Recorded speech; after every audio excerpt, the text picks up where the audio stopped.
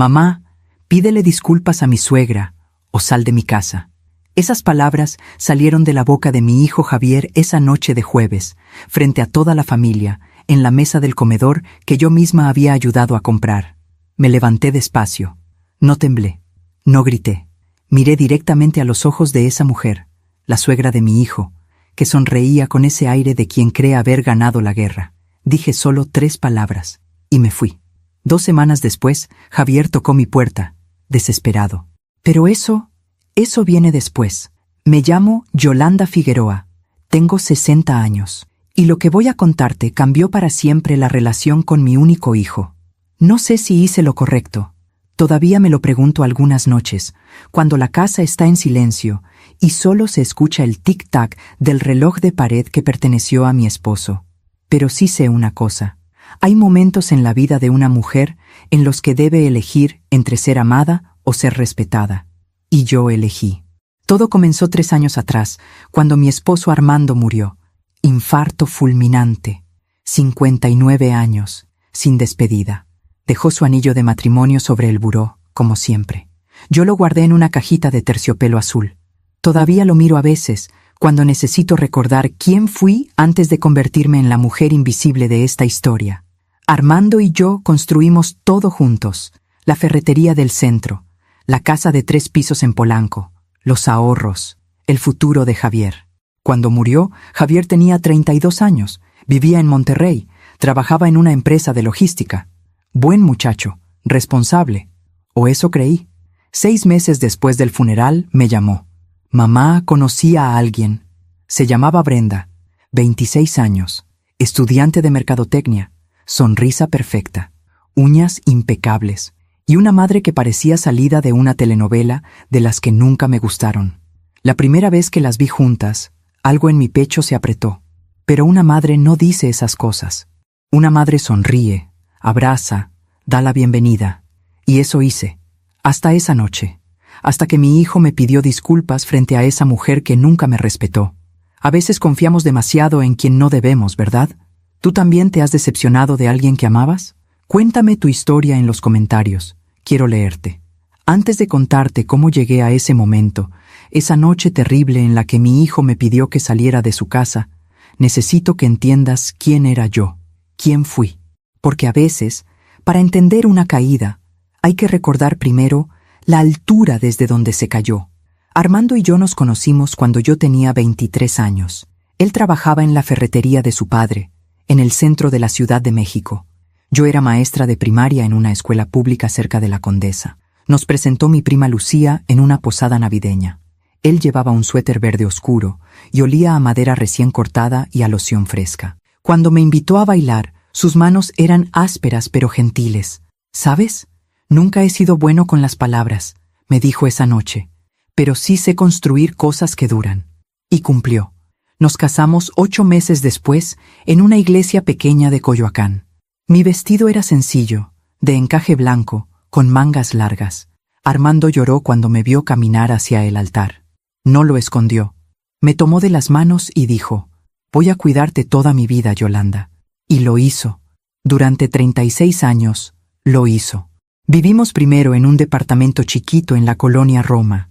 2 cuartos, una cocina donde apenas cabíamos los dos, un balcón donde Armando sembraba tomates en macetas. Por las mañanas yo preparaba café de olla con canela. Él lo tomaba mientras leía el periódico. Siempre las noticias económicas primero, después los deportes. Yo corregía tareas de mis alumnos en la mesa, con un lápiz rojo que él me afilaba todas las noches antes de dormir. Esos gestos pequeños. Esos detalles que una no sabe que va a extrañar hasta que ya no están. Javier nació cuando yo tenía 25 años. Parto natural. 12 horas de labor. Armando no se movió de mi lado. Me sostuvo la mano tan fuerte que después tuvo moretones en los nudillos. Cuando la enfermera puso a nuestro hijo en mis brazos, Armando se inclinó y nos abrazó a los dos. «Mi familia», susurró. «Mi familia completa». Javier fue un bebé tranquilo. Dormía bien, comía bien. Tenía los ojos de su padre y mi nariz. Crecía rápido, como si tuviera prisa por descubrir el mundo. Armando lo llevaba a la ferretería los sábados, lo sentaba en el mostrador y le enseñaba los nombres de las herramientas. Esto es una llave inglesa, mijo. Esto, un desarmador de cruz. Javier lo miraba con esos ojos enormes, fascinado, como si su padre fuera el hombre más sabio del universo. Y para él lo era. Para mí también. Los domingos íbamos al parque de Chapultepec. Armando compraba algodones de azúcar, Javier corría detrás de las palomas, yo me sentaba en una banca y los miraba desde lejos pensando, esto es la felicidad, esto es todo lo que una mujer puede pedir. Qué ingenua fui, qué ingenuas somos todas cuando creemos que la felicidad es un estado permanente y no un momento fugaz que hay que atrapar con las dos manos antes de que se escape. Cuando Javier cumplió 10 años, la ferretería del padre de Armando cerró. La crisis económica, las deudas. El viejo murió 6 meses después, de pura tristeza, creo yo. Armando heredó las deudas y un local vacío. Vamos a empezar de nuevo, me dijo una noche en nuestra cocina pequeña. Tú y yo, Yolanda, como siempre. Y empezamos. Yo dejé de trabajar como maestra. No porque él me lo pidiera, sino porque era necesario. Alguien tenía que estar en la ferretería mientras Armando conseguía clientes. Negociaba con proveedores, reconstruía lo que su padre había perdido. Trabajamos 10, 12, 14 horas al día. Javier comía en casa de mi madre después de la escuela. Muchas noches llegábamos tan tarde que ya estaba dormido. Yo entraba a su cuarto, le acomodaba la cobija, le besaba la frente. Perdóname, mi amor, susurraba. Esto es por ti, todo es por ti. Y lo era. En 5 años, la ferretería volvió a ser rentable. En 10 años, era una de las más reconocidas del centro. Armando abrió una segunda sucursal, después una tercera. Compramos la casa en Polanco cuando Javier tenía 16 años. 3 pisos, jardín trasero, cochera para 2 autos. Yo elegí cada mueble, cada cortina, cada lámpara. Esta es nuestra casa, le dije a Armando el día que nos mudamos. La casa donde vamos a envejecer juntos. Él me abrazó desde atrás. Apoyó su barbilla en mi hombro. Juntos, repitió. Siempre juntos. Javier estudió Administración de Empresas en el TEC de Monterrey. Nos visitaba cada 2 meses. Traía la ropa sucia en una maleta enorme y yo se la lavaba, la planchaba, la doblaba con cuidado. Él se reía. Mamá, ya sé lavar mi ropa. Lo sé, le decía yo, pero me gusta hacerlo. Porque eso hace una madre, ¿verdad?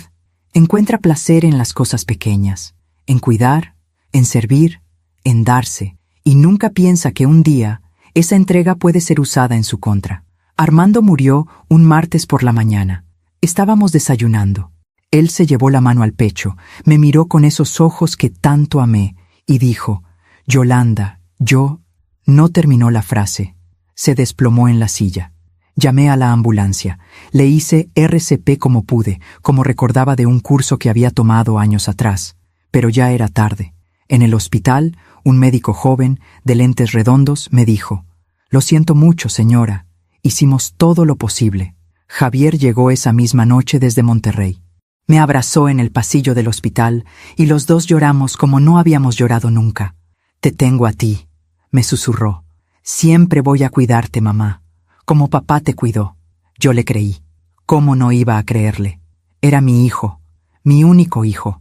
El funeral fue hermoso y terrible a la vez. La iglesia estaba llena. Clientes, amigos, familiares, vecinos, todos querían a Armando. Yo me senté en la primera banca, con el anillo de Armando apretado en mi mano derecha. No lloré durante la misa. No pude. Era como si todas mis lágrimas se hubieran agotado en el hospital, y ahora solo quedara un hueco enorme en el pecho. Esa noche, en casa, sola por primera vez en 36 años, abrí el closet de Armando. Sus camisas todavía olían a él. Me senté en el piso y las abracé, todas, una por una. Y ahí, sola en ese closet que olía a madera y a loción fresca, finalmente pude llorar. Mientras cuento todo esto, pienso en dónde estarás escuchándome. Escribe el nombre de tu ciudad en los comentarios. Me gustaría saber desde dónde me acompañas en esta historia. Los primeros 6 meses después de la muerte de Armando fueron como caminar bajo el agua. Todo se movía lento. Los sonidos llegaban amortiguados. Yo existía, pero no vivía. Me levantaba a las 6 de la mañana por costumbre, aunque ya no había nadie para quien preparar café. Me duchaba, me vestía, Me sentaba en la cocina vacía y miraba por la ventana cómo el sol iluminaba el jardín que Armando había plantado. Sus rosales seguían floreciendo. Qué cruel, ¿verdad? Que las cosas sigan creciendo cuando la persona que las sembró ya no está. Javier me llamaba todos los días desde Monterrey. ¿Cómo estás, mamá? ¿Comiste bien? ¿Necesitas algo? Yo le decía que estaba bien, que comí bien, que no necesitaba nada. Mentiras piadosas que decimos para no preocupar a quienes amamos. La verdad era que apenas probaba bocado, que la casa me quedaba demasiado grande, que cada rincón me recordaba a Armando y que a veces, en la madrugada, extendía mi mano hacia su lado de la cama esperando encontrarlo ahí, pero siempre estaba vacío, frío. El abogado de Armando, el licenciado Gutiérrez, un hombre mayor de bigote canoso y modales formales, me citó en su oficina 3 meses después del funeral. Señora Figueroa, necesitamos revisar el testamento de su esposo. Me senté frente a su escritorio de caoba, con las manos sobre mi bolso de piel café, el mismo que Armando me había regalado en nuestro último aniversario.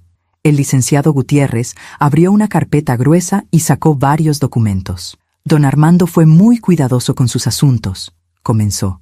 Dejó todo en orden, la ferretería, las propiedades, las cuentas bancarias. Yo asentí, sin entender bien hacia dónde iba todo eso. Usted es la única heredera, señora Figueroa. Todo pasa a su nombre. Las 3 ferreterías, la casa de Polanco, la casa de playa en Zihuatanejo que compraron hace 2 años, las inversiones, los ahorros. Hizo una pausa. Es un patrimonio considerable. Estamos hablando de aproximadamente $2 millones en activos. El número me golpeó como una ola fría. Yo sabía que Armando había trabajado duro, que las ferreterías iban bien, pero nunca me había detenido a sumar. Nunca había pensado en términos de patrimonio. Don Armando dejó instrucciones muy específicas, continuó el licenciado. Usted tiene control total de todo. Puede administrarlo como mejor le parezca, y cuando usted lo decida, puede heredarlo a su hijo Javier.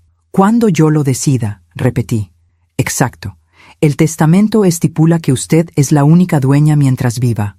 Javier heredará solo después de su muerte, o si usted decide hacer cambios antes. El licenciado me entregó una tarjeta con el nombre de un contador.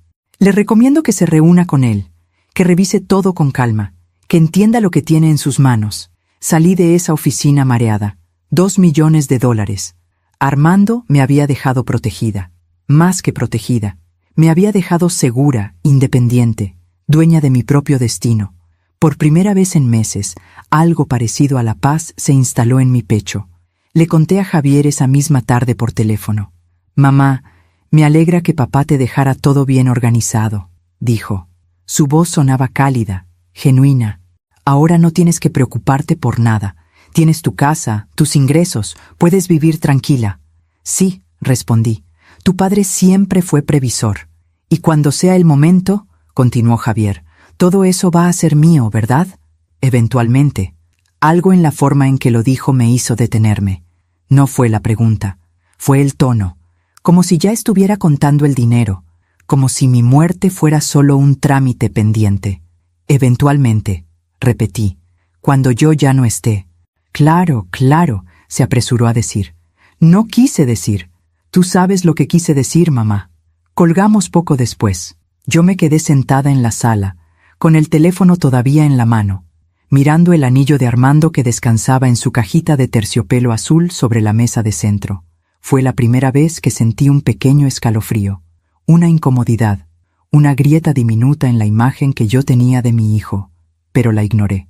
Porque eso hacen las madres, ¿verdad? Ignorar las señales, justificar.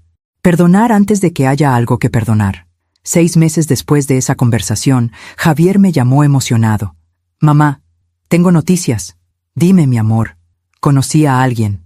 Mi corazón dio un salto. Javier llevaba años soltero, enfocado en su trabajo, en su carrera. La idea de que finalmente hubiera encontrado a alguien me llenó de alegría. Cuéntame, ¿cómo se llama? Brenda. Brenda Olvera. Tiene 26 años. Estudia mercadotecnia. La conocí en una conferencia de trabajo hace 3 meses. 3 meses y no me habías dicho nada. Lo regañé suavemente. Quería estar seguro, respondió. Pero mamá, esta es la indicada. Lo sé. Me da mucho gusto, Javier. ¿Cuándo la voy a conocer? Pronto, muy pronto. Te va a encantar. 2 semanas después, Javier vino a la Ciudad de México y trajo a Brenda. Yo preparé mole durante todo el día anterior, el favorito de Javier. Puse la mesa con el mantel de encaje que había pertenecido a mi abuela. Arreglé flores frescas en el centro. Quería que todo fuera perfecto. Quería que esa muchacha sintiera que era bienvenida en nuestra familia. Llegaron a las 2 de la tarde. Javier entró primero, sonriendo de oreja a oreja, tomado de la mano de una chica delgada, de cabello largo y lacio, rostro afilado, maquillaje impecable. Mamá, ella es Brenda. Brenda extendió su mano. No me abrazó, solo la mano, educada pero distante. Mucho gusto, señora Figueroa. Su voz era suave, casi infantil, pero sus ojos me recorrieron de arriba a abajo en 2 segundos, evaluándome, clasificándome, archivándome. El gusto es mío, Brenda. Bienvenida. Nos sentamos en la sala. Yo serví café. Brenda lo rechazó. No tomo café, gracias. ¿Tiene agua mineral? Claro, ahora traigo. Mientras iba a la cocina, los escuché hablar en voz baja. No pude distinguir las palabras, pero el tono de Brenda era crítico, como si estuviera haciendo comentarios sobre algo. Regresé con el agua. «¿Qué casa tan grande?», dijo Brenda mirando alrededor. «Debe ser difícil mantenerla limpia». «Me las arreglo», respondí. «¿Vive sola aquí, en esta casa tan grande?» «Sí». «Qué soledad, ¿no?». La forma en que lo dijo no era compasión, era lástima, o algo peor. Javier cambió de tema rápidamente. «Mamá hizo mole. Es el mejor de todo México, Brenda». Pasamos al comedor. Serví los platos. Javier comió con apetito, como siempre. Brenda movía la comida de un lado a otro con el tenedor. «¿No te gusta?», pregunté. «Está muy condimentado para mí», respondió. «Mi estómago es delicado. Puedo prepararte otra cosa». «No, no se preocupe. Estoy a dieta de todas formas». El almuerzo se sintió eterno. Brenda habló de sus estudios, de sus planes, de su familia. «Mi mamá es decoradora de interiores. Tiene un gusto exquisito. Siempre me dice que el hogar de una mujer refleja quién es ella». Y mientras lo decía, sus ojos volvieron a recorrer mi comedor, mis cortinas, mis cuadros, encontrándolos insuficientes. Cuando terminaron de comer, Javier y yo nos quedamos un momento solos mientras Brenda fue al baño. «¿Qué te parece?», preguntó mi hijo, emocionado. Yo quería decirle la verdad. Quería decirle que esa muchacha me había hecho sentir pequeña en mi propia casa, que había criticado mi mole sin haberlo probado, que sus ojos fríos no combinaban con su sonrisa educada. Pero no lo hice. «Es muy bonita», dije. «¿Verdad? Estoy muy enamorado, mamá». Y ahí estaba, ese brillo en sus ojos, ese brillo que me hizo callar todo lo demás, porque una madre no destruye la ilusión de su hijo. Una madre sonríe, bendice, se hace a un lado, aunque todo su instinto le grite que algo no está bien. Brenda regresó del baño. «Señora Figueroa, gracias por el almuerzo. Fue muy tradicional». Antes de irse, me abrazó. Un abrazo mecánico, sin calor. Y me susurró al oído: «Javier habla mucho de usted, de lo unida que es a él». Lo dijo como si fuera un problema, como si yo fuera un obstáculo. Los vi irse desde la puerta. Javier se despidió con un beso en mi mejilla. «Te llamo mañana, mamá. Gracias por recibirnos». Cerré la puerta. Me quedé sola en el recibidor. Y supe, aunque no quería saberlo, que esa muchacha iba a cambiar todo. Fui a la sala. Tomé la cajita de terciopelo azul. Abrí la tapa. El anillo de Armando brillaba bajo la luz de la tarde.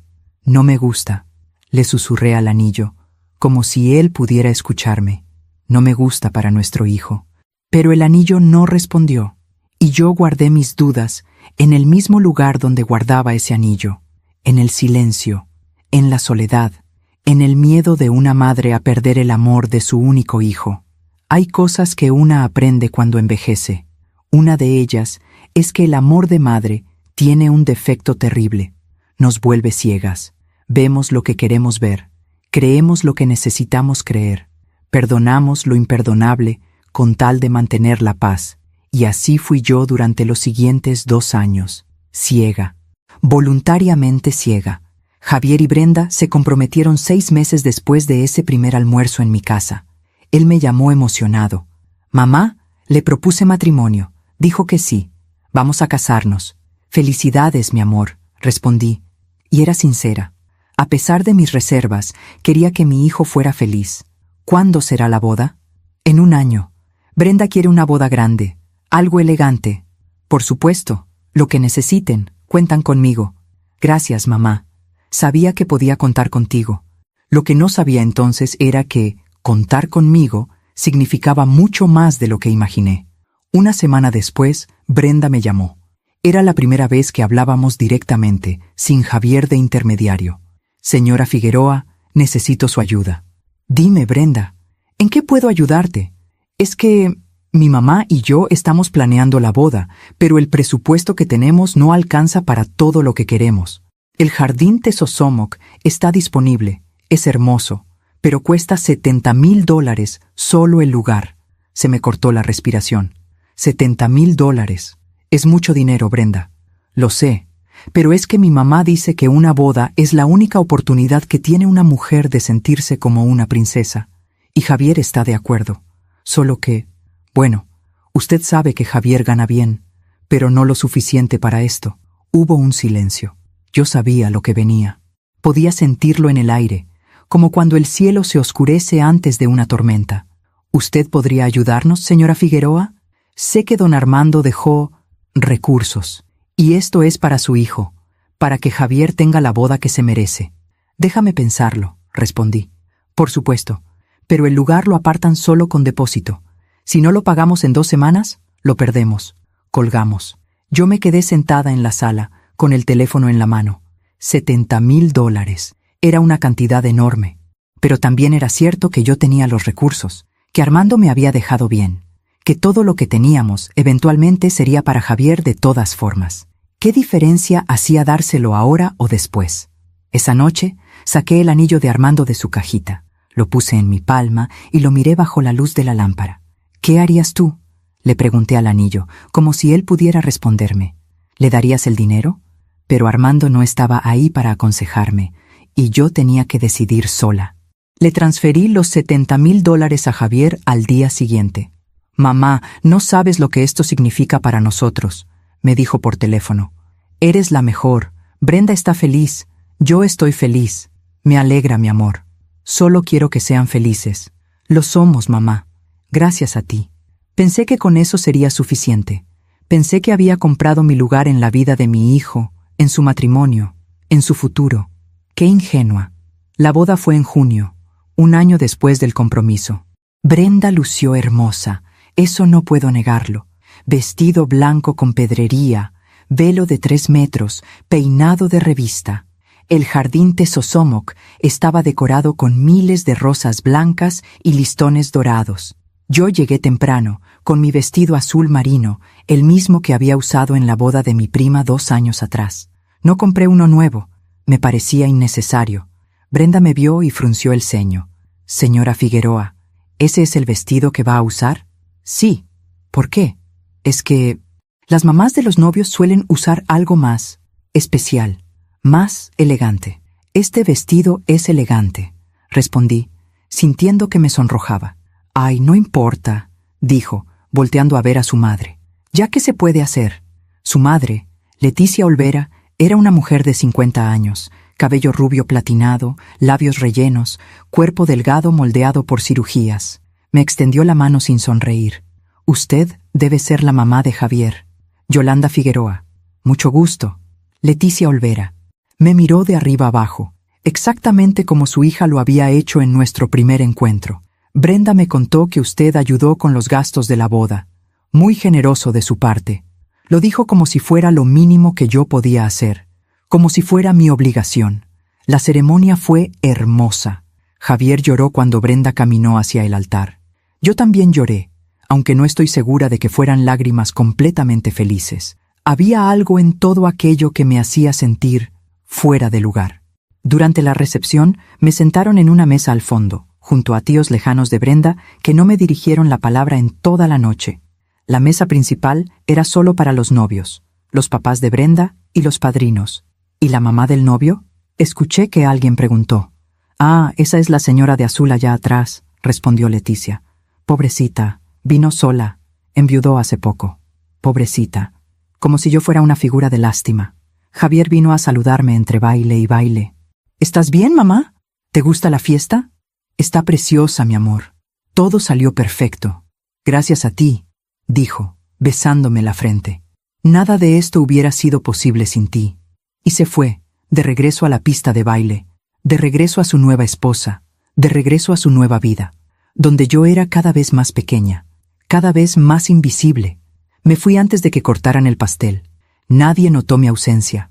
Javier y Brenda se mudaron a la Ciudad de México un mes después de la boda. Conseguí un trabajo mejor aquí, me explicó Javier, y Brenda quiere estar más cerca de su mamá. Qué bien, dije. Así nos vemos más seguido. Exacto. Pero mamá, necesitamos hablar de algo. Dime. Estamos buscando casa. Vimos una en Las Lomas, 3 recámaras, terraza, cochera para 2 autos. Es perfecta, solo que el enganche es de $100,000. Ahí estaba otra vez, la petición disfrazada de conversación. Javier, ya les di 70,000 para la boda. Lo sé, mamá, y te lo agradezco, pero esto es una inversión. Es nuestra casa, donde vamos a formar nuestra familia, donde van a crecer tus nietos. Nietos. Esa palabra me golpeó directo en el corazón. Pensé que ustedes podrían ahorrar para el enganche, intenté. Podríamos, pero eso nos tomaría 2, 3 años, y la casa se va a vender antes. Mamá, tú tienes los recursos. Papá dejó todo para que tú vivieras bien. Sí, pero también para mí, para mi futuro. ¿No es así? Tenía razón, en cierta forma. Todo lo que Armando y yo construimos era, eventualmente, para Javier. ¿Por qué esperar? Le transferí los $100,000. Compraron la casa en Las Lomas. Los ayudé a mudarse. Cargué cajas, limpié pisos, colgué cortinas. Leticia también estuvo ahí, dirigiendo todo como si fuera su casa. Brenda, mi amor, ese cuadro va en la sala, no en el comedor. Javier, cariño, ¿ya contrataste al jardinero que te recomendé? Yo estaba en la cocina, acomodando platos en los gabinetes, cuando escuché la voz de Leticia. ¿La señora Yolanda va a venir mucho por aquí? Es mi mamá, respondió Javier. Supongo que sí, de vez en cuando. Ay, mijo, solo ten cuidado. Las suegras pueden ser complicadas, invasivas. Mi Brenda necesita su espacio para hacer su nido, ¿me entiendes? Javier no respondió. Yo dejé de respirar, escondida en esa cocina, con un plato de porcelana temblando en mis manos. Invasiva. Esa era la palabra que Leticia usó para describirme. Salí de la cocina como si no hubiera escuchado nada. Sonreí. Ayudé. Me fui temprano. Y en mi auto, sola, finalmente lloré. Los meses siguientes fueron un ejercicio de desaparición. Yo intentaba ser la suegra perfecta, la que no invade, la que no molesta, la que espera a que la llamen en lugar de llamar. Javier me invitaba a comer una vez al mes, siempre con Brenda, siempre con Leticia. Yo llegaba con algún postre hecho en casa. Brenda lo dejaba en la cocina sin probarlo. Estoy cuidando mi figura, suegra. Pero gracias. Leticia llenaba las conversaciones con anécdotas de su familia, de sus viajes, de sus éxitos como decoradora. El mes pasado decoré una casa en Bosques de Las Lomas. Los dueños quedaron fascinados con mi trabajo.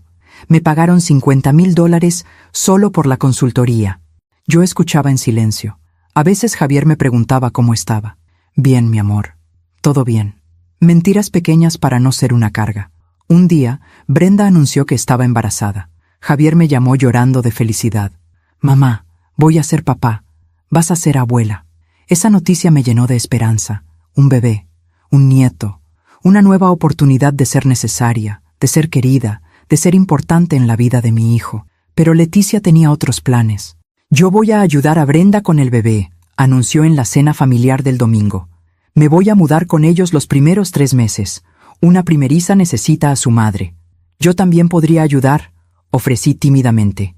Leticia me miró con una sonrisa que no llegaba a sus ojos. ¡Ay, Yolanda, claro! Cuando tengamos todo organizado te avisamos. Nunca me avisaron. Mi nieto nació en marzo. Javier me envió una foto por WhatsApp. Se llama Mateo. Pesa 3,4 kilos. Está perfecto. ¿Mo, puedo ir a conocerlo? Claro, mamá, pero espérate unos días. Brenda está muy cansada. Leticia está aquí ayudando. En cuanto estemos más organizados te digo. Esperé una semana, 2 semanas, 3. Finalmente, un mes después, me dejaron visitarlo.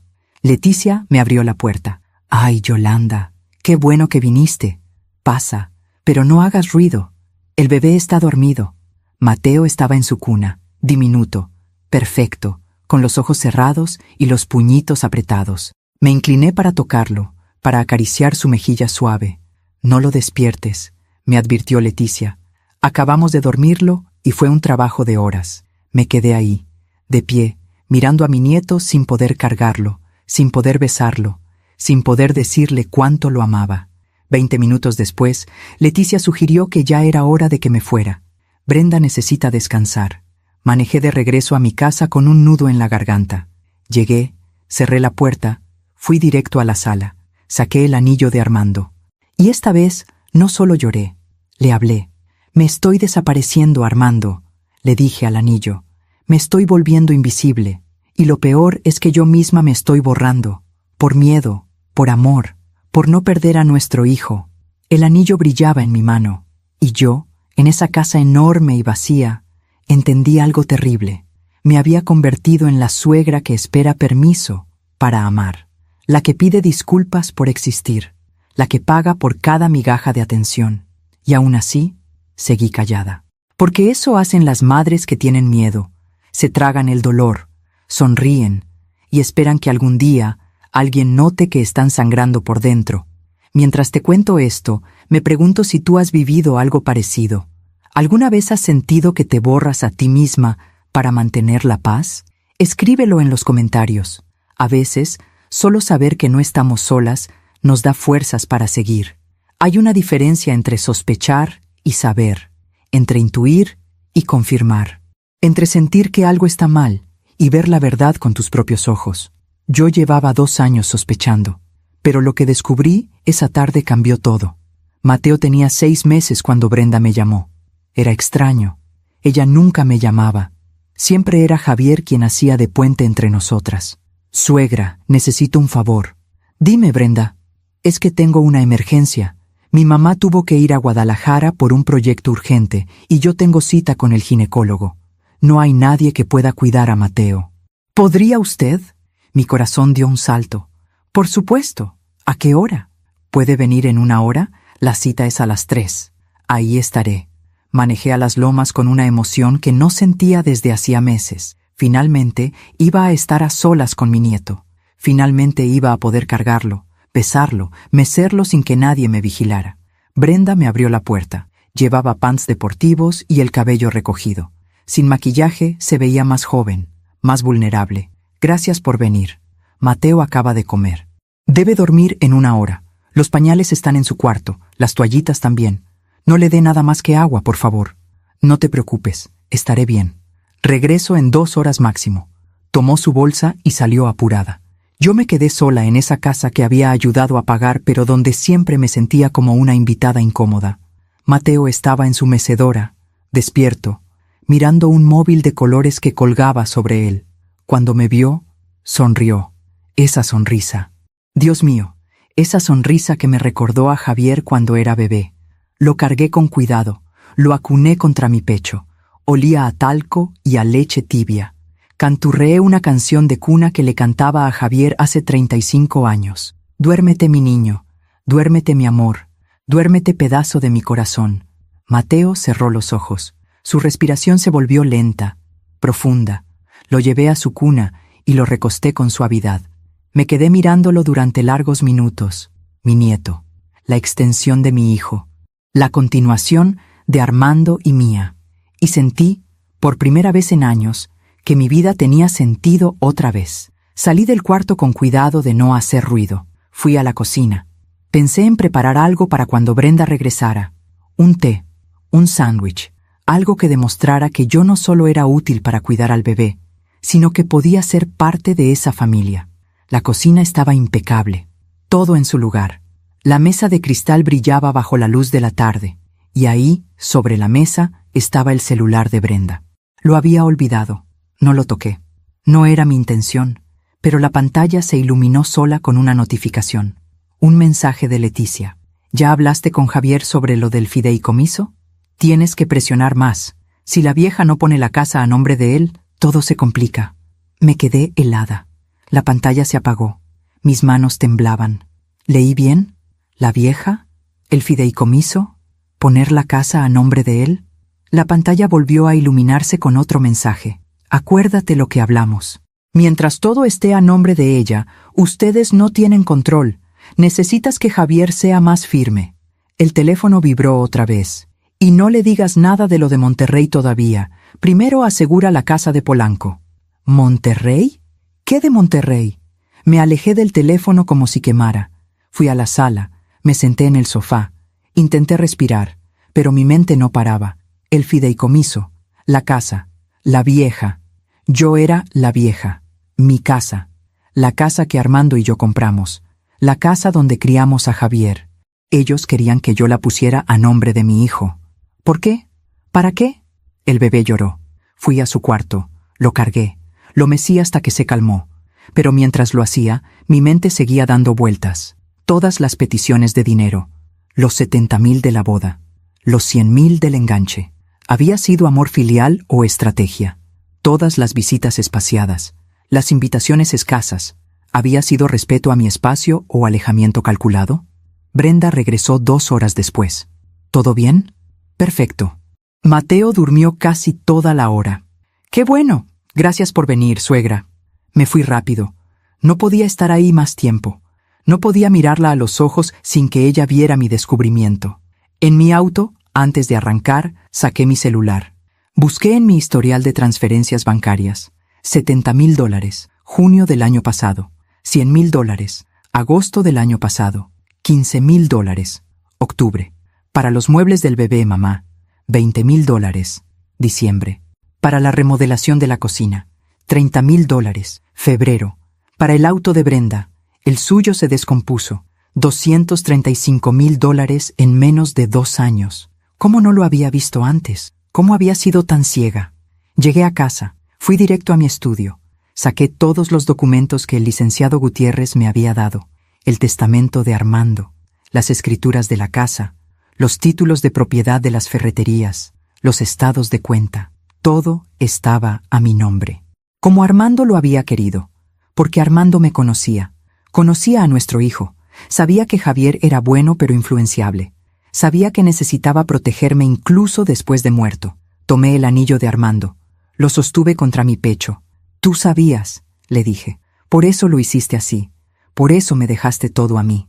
Esa noche no pude dormir. Repasé cada conversación, cada visita, cada petición, y todas encajaban en un patrón que yo no había querido ver. A la mañana siguiente, Javier me llamó. Mamá, ¿cómo estás? Bien, mi amor. Brenda me contó que cuidaste a Mateo ayer. Gracias. Fue un placer. Hubo una pausa. Mamá, necesito hablar contigo de algo importante. Ahí estaba. Yo lo sabía. Podía sentirlo. Dime, estuve pensando, ahora que Mateo está aquí, que somos una familia, que las cosas están creciendo. ¿No crees que sería buena idea que empezáramos a organizar mejor el patrimonio? ¿A qué te refieres? A que todo está a tu nombre todavía. La casa, las ferreterías, todo. Y entiendo que papá lo hizo así para protegerte. Pero mamá, tú estás sola. Si algo te pasara, todo quedaría en un proceso legal complicado. ¿No sería más fácil si yo ya tuviera algunas cosas a mi nombre? Como la casa, por ejemplo. Ahí estaba, la casa. Exactamente como el mensaje de Leticia había dicho. Javier, tu padre dejó las cosas así por una razón. Lo sé, mamá, pero han pasado 3 años. Ya no estás tan vulnerable, ya no estás en duelo. Es momento de ser prácticos. Ser prácticos, repetí. Sí. Además, piensa en Mateo, en su futuro. Si la casa estuviera a mi nombre, yo podría usarla como garantía para inversiones, para hacer crecer el patrimonio, para asegurar el futuro de tu nieto. Cada palabra estaba calculada. Cada argumento diseñado para tocar mis puntos débiles, mi hijo, mi nieto, mi necesidad de ser útil. Lo voy a pensar, dije. ¿Lo vas a pensar? Su tono cambió, se volvió más frío. Mamá, no es algo que deba pensarse tanto, es lógico. Es lo correcto. Javier, es mi casa, la casa donde creciste. No puedo tomar esa decisión a la ligera. pero eventualmente va a ser mía de todas formas. ¿Cuál es la diferencia? La diferencia es que tu padre quiso que las cosas fueran así. Y voy a respetar su voluntad. Silencio al otro lado de la línea. Cuando Javier volvió a hablar, su voz sonaba distante. Está bien, mamá, entiendo, pero piénsalo, ¿sí? Habla con el licenciado Gutiérrez. Pregúntale qué es lo más conveniente. Lo haré. Colgamos. Yo me quedé sentada con el teléfono en la mano, sintiendo que algo se había roto entre nosotros. Algo pequeño pero importante. Una confianza. Una inocencia. Esa tarde fui a ver al licenciado Gutiérrez sin avisarle a Javier. Señora Figueroa, qué gusto verla. ¿En qué puedo ayudarla? Licenciado, mi hijo me está pidiendo que ponga la casa de Polanco a su nombre. Dice que es lo más práctico. El licenciado se quitó los lentes y me miró con seriedad. Señora, don Armando fue muy claro en su testamento. Todo quedó a su nombre por una razón. Él quería que usted tuviera control absoluto mientras viviera. Pero eventualmente todo será de Javier. Sí, después de su muerte, o si usted decide hacer cambios. Pero señora Figueroa, permítame ser franco. Si usted pone propiedades a nombre de su hijo ahora, pierde todo control. Si él decidiera venderlas, hipotecarlas, o si tuviera problemas económicos o legales, usted no podría hacer nada. Ya no serían suyas. Pero Javier no haría eso. Tal vez no, pero don Armando lo estructuró así para protegerla a usted. No solo de circunstancias externas, sino también de decisiones impulsivas, las suyas o las de su hijo. Sus palabras me cayeron como agua fría. ¿Qué me recomienda? Que no haga nada, que mantenga todo como está. Si Javier necesita algo, usted puede ayudarlo de otras formas, pero no renuncie a su patrimonio, señora. Una vez que lo haga, no hay vuelta atrás. Salí de esa oficina con más claridad que nunca. Armando me había protegido, y yo estaba a punto de deshacer esa protección por culpa de mi necesidad de ser querida. Esa noche, sola en mi casa, preparé café de olla como hacía años no lo hacía. El olor a canela llenó la cocina. Me senté en la mesa donde Armando y yo habíamos tomado miles de tazas juntos, y por primera vez en 3 años no me sentí sola. Me sentí acompañada por su decisión, por su amor, por su previsión. Saqué el anillo de la cajita de terciopelo azul. Lo puse en mi dedo anular. Me quedaba grande, pero lo sostuve ahí de todas formas. Gracias, le susurré. Gracias por cuidarme incluso después de irte. 2 días después, Javier vino a visitarme sin avisar. Traía a Brenda y a Mateo. Mamá, venimos a comer contigo. Hace mucho que no compartimos. Preparé chilaquiles, frijoles, arroz. Puse la mesa con cuidado. Durante la comida, la conversación fue ligera. Mateo balbuceaba en su silla alta. Yo le daba cucharaditas de puré de manzana. Pero después del café, Javier sacó un sobre. Mamá, trajimos algo para que lo revises. ¿Qué es? Son unos documentos. Para la transferencia de la casa. Ya hablé con un notario. Solo necesitamos que los firmes. Brenda me miraba con esa sonrisa educada que tanto odiaba. Abrí el sobre. Leí los documentos. Escritura de transferencia de propiedad. De Yolanda Figueroa a Javier Figueroa Méndez.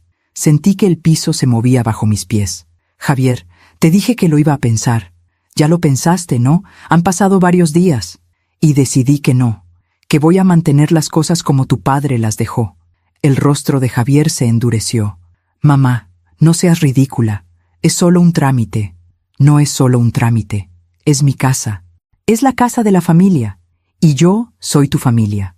Lo sé, pero mientras yo viva, las cosas se quedan como están.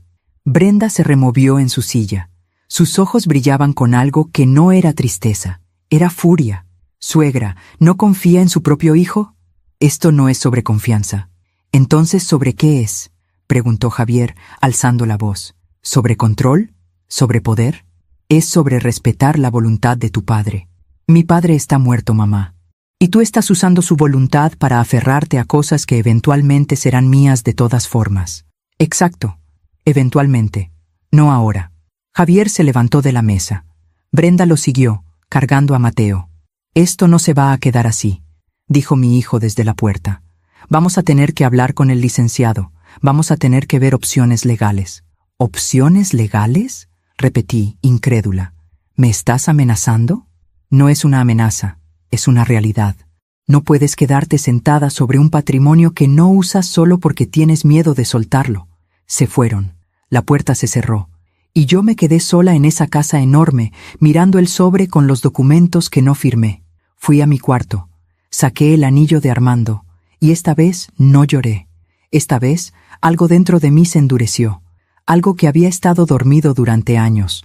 Una fuerza, una determinación, una negativa a seguir siendo la madre que se deja. No voy a firmar, le dije al anillo. No voy a regalar lo que tú construiste, lo que nosotros construimos. Y en ese momento supe que la batalla apenas comenzaba, pero también supe algo más. Esta vez yo no iba a desaparecer. Esta vez iba a pelear. Hay momentos en la vida que dividen el tiempo en dos, el antes y el después. Momentos donde todo lo que creíste se desmorona, y lo que queda no es la persona que eras, sino alguien completamente nuevo. Para mí, ese momento llegó 3 semanas después de que Javier saliera furioso de mi casa con esos documentos sin firmar. 3 semanas de silencio, 3 semanas sin llamadas, sin visitas, sin fotos de Mateo por WhatsApp. Era un castigo silencioso. Y funcionaba. Cada día que pasaba sin saber de mi hijo, sin ver a mi nieto, era un día que me carcomía por dentro. Me despertaba a las 3 de la mañana pensando, ¿y si me estoy equivocando? ¿Y si soy yo la egoísta? ¿Y si pierdo a mi hijo por aferrarme a una casa? Pero cada vez que tomaba el teléfono para llamarlo, para disculparme, para ceder, miraba el anillo de Armando en mi buró, y algo dentro de mí decía, no, resiste. Fue en la 4ª semana cuando recibí una llamada inesperada. ¿Señora Figueroa? Sí, ¿quién habla? Soy Verónica Salinas.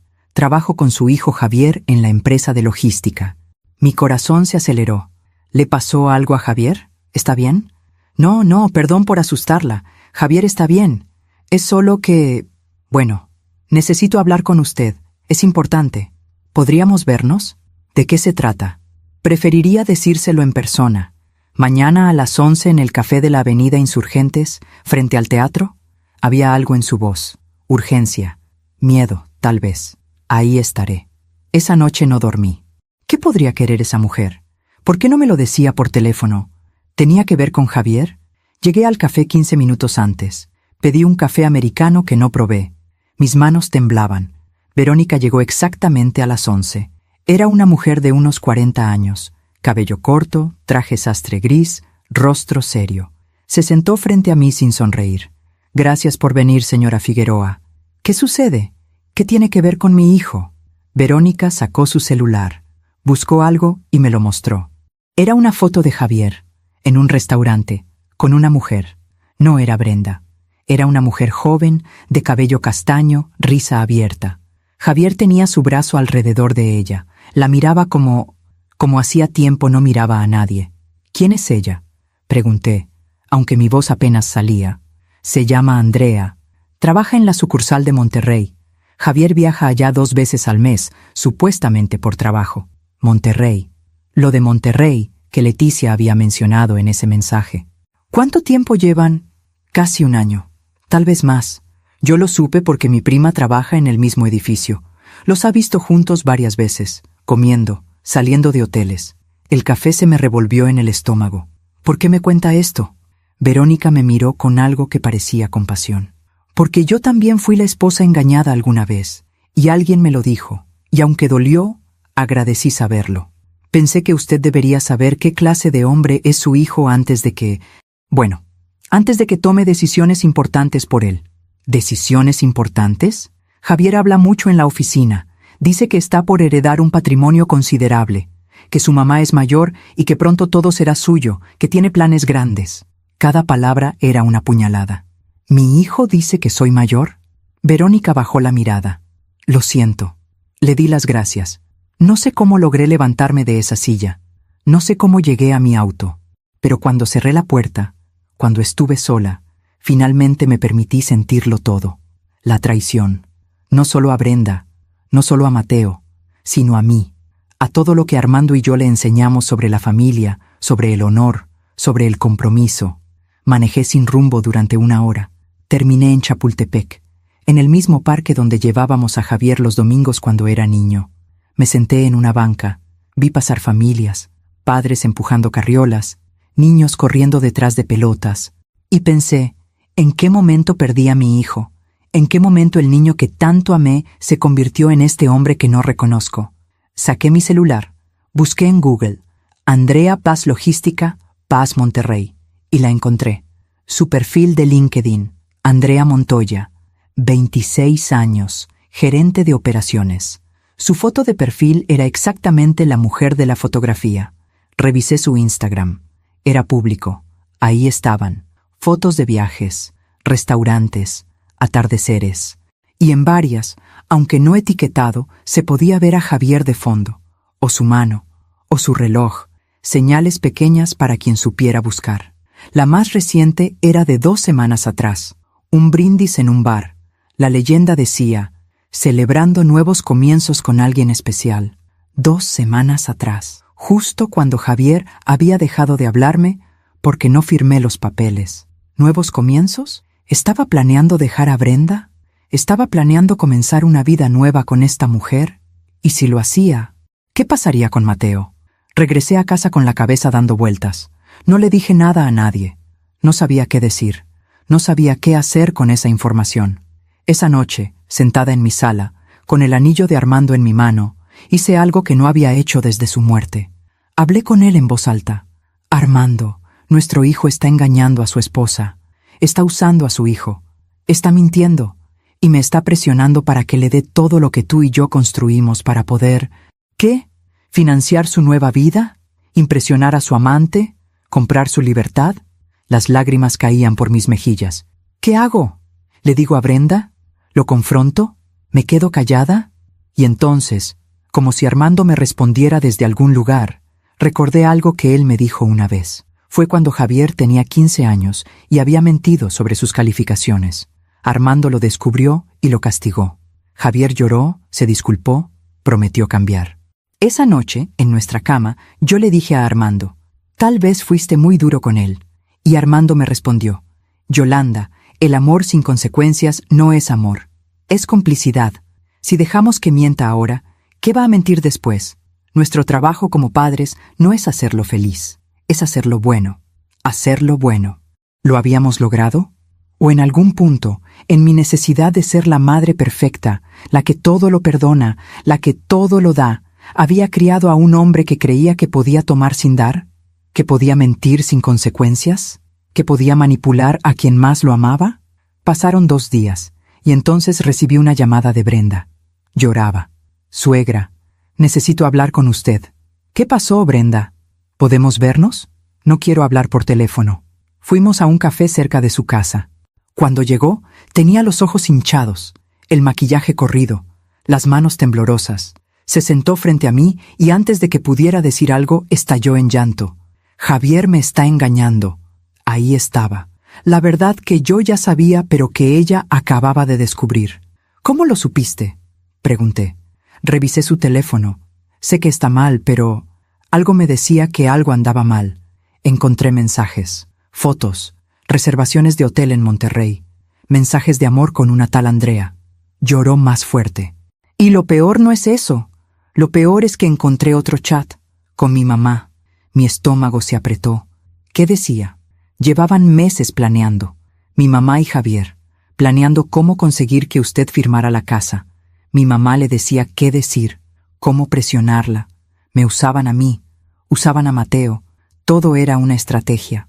Sacó su teléfono. Me mostró las capturas de pantalla. Mensajes de Leticia a Javier. Tienes que ser más firme con tu mamá. Dile que es por el futuro de Mateo. Si no firma ahora, después será más difícil. Aprovecha que está vulnerable. Brenda tiene que llorar más frente a ella. Que sienta que está siendo egoísta con su propia nieta. Y las respuestas de Javier. Ya lo sé, Leticia, pero es terca. Voy a llevarle los documentos ya firmados. Solo falta su firma. Cuando tengamos la casa, puedo usarla como garantía para el negocio que quiero abrir con Andrea en Monterrey. Ahí estaba. Todo. La casa no era para Mateo. Era para financiar su nueva vida con su amante. Lo siento, dijo Brenda entre sollozos. Yo no sabía. Le juro que yo no sabía que mi mamá estaba haciendo eso. ¿Le creí? No lo sé. Tal vez era verdad, tal vez no. Pero en ese momento no importaba. ¿Qué vas a hacer?, le pregunté. No lo sé. Tengo a Mateo. No trabajo. Dependo completamente de Javier. Mi mamá me dice que lo perdone, que todos los hombres fallan, que lo importante es mantener la familia unida. Pero, suegra, no puedo. No puedo vivir así. La miré. Esta mujer que me había hecho sentir pequeña, que me había apartado de mi nieto, que se había aliado con su madre para manipular a mi hijo, y ahora estaba rota frente a mí, víctima del mismo hombre que yo había criado. Brenda, le dije tomando su mano sobre la mesa, tienes que decidir qué clase de vida quieres para ti y para Mateo. Pero te voy a decir algo. No dejes que nadie, ni siquiera tu madre, te diga que mereces menos de lo que realmente mereces. Ella asintió, limpiándose las lágrimas. Nos despedimos en la puerta del café. Yo manejé de regreso a casa en silencio, y cuando llegué, fui directo a mi estudio. Saqué todos los documentos, el testamento, las escrituras, los estados de cuenta, y llamé al licenciado Gutiérrez. Licenciado, necesito verlo mañana. Es urgente. ¿Sucedió algo, señora Figueroa? Sí. Sucedió que finalmente abrí los ojos. Esa noche, sola en mi casa, preparé la cena que Armando más amaba. Pollo en mole, arroz blanco, frijoles refritos, tortillas calientes. Puse 2 platos en la mesa, uno para mí, uno frente a mí, vacío. En el plato vacío, puse el anillo de Armando, y mientras comía, le hablé. Perdóname, amor. Perdóname por casi traicionar tu confianza, por casi regalar lo que tú construiste con tanto esfuerzo para protegerme. Pensé que estaba siendo buena madre, pero estaba siendo madre tonta. Tomé el anillo. Me lo puse en el dedo. Esta vez no me quedaba tan grande.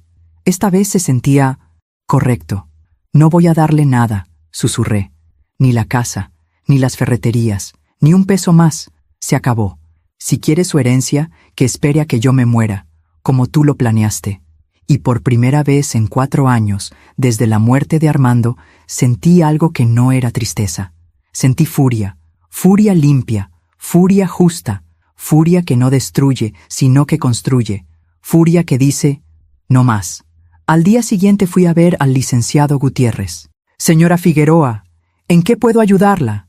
Quiero activar una cláusula del testamento de mi esposo. Quiero asegurarme de que nada de lo que él dejó pueda ser tocado por mi hijo hasta después de mi muerte. Y quiero hacerlo de manera que sea irreversible. El licenciado me miró sorprendido. ¿Estás segura? Completamente. ¿Puedo preguntar qué la llevó a esta decisión? La verdad, licenciado. Finalmente vi la verdad. Durante las siguientes 2 horas revisamos cada documento. Firmé cada papel. Activé cada protección que Armando había dejado en su testamento. Cuando salí de esa oficina, el sol de la tarde me golpeó en el rostro y sonreí. No era una sonrisa de venganza, era una sonrisa de liberación, de mujer que finalmente deja de traicionarse a sí misma por amor. Esa noche Javier me llamó. Mamá, necesitamos hablar. Lo sé, respondí. Yo también. Ven a cenar mañana, a las 8. Brenda va a cocinar. Tenemos que arreglar esto. Algo en su tono me dijo que no era una invitación, era una trampa, pero ya no tenía miedo. Ahí estaré, dije, porque sabía que había llegado el momento de la confrontación, el momento de decir la verdad, el momento de elegirme a mí misma, aunque eso significara perder a mi hijo. El jueves llegó demasiado rápido. Me desperté a las 6 de la mañana, aunque no tenía que estar en casa de Javier hasta las 8 de la noche. El día se extendió frente a mí como un desierto que tenía que cruzar. Me bañé con calma. Elegí mi ropa con cuidado, un vestido gris perla que Armando me había regalado en nuestro 30º aniversario. Sencillo, pero elegante. Me puse el anillo de Armando en el dedo anular de mi mano derecha. Lo miré bajo la luz de la mañana. Vas conmigo, le dije al anillo. Hoy más que nunca, vas conmigo. Pasé el día ordenando papeles, guardando documentos, como si estuviera preparándome para algo definitivo, porque lo sabía. Sabía que después de esa noche, nada sería igual. A las 7:30, manejé hacia las lomas. El tráfico estaba pesado, las calles iluminadas. La ciudad vivía su rutina de jueves por la noche sin saber que para mí, ese jueves lo cambiaría todo. Llegué exactamente a las 8. Toqué el timbre. Javier abrió la puerta. Tenía ojeras. Llevaba una camisa blanca arrugada. Me miró con una expresión que no supe descifrar. «Pasa, mamá». Entré. La casa olía a comida recalentada y a tensión. Y ahí, en la sala, estaba Leticia, sentada en el sillón principal como si fuera su casa, vestida de blanco, cabello perfectamente peinado, labios rojos. Me sonrió, pero no era una sonrisa amable. Era la sonrisa de un depredador que sabe que tiene a su presa acorralada. «Yolanda, qué bueno que viniste». No respondí. Miré a Javier. «¿Qué hace ella aquí?» «Mamá, Leticia es parte de esta familia. Es la abuela de Mateo. Tiene derecho a estar en esta conversación». «¿Qué conversación? Siéntate, por favor». Me senté en el sillón individual, lejos de Leticia. Javier se quedó de pie, como un árbitro en un juicio. Brenda salió de la cocina. Traía a Mateo en brazos.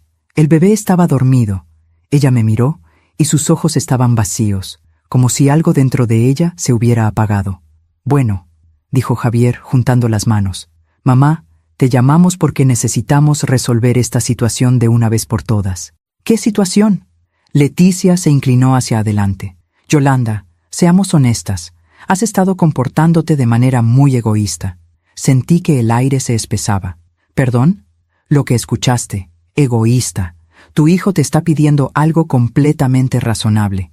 Que pongas la casa a su nombre. Es tu único hijo, tu único heredero. ¿Por qué te aferras tanto?» «Porque es mi casa.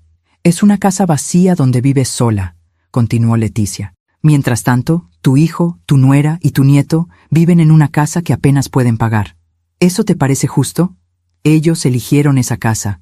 Yo les di $100,000 para el enganche. $100,000 que nunca les vas a dejar olvidar», escupió Leticia, siempre recordándoles que les ayudaste, como si fuera un favor y no tu obligación. ¿Mi obligación?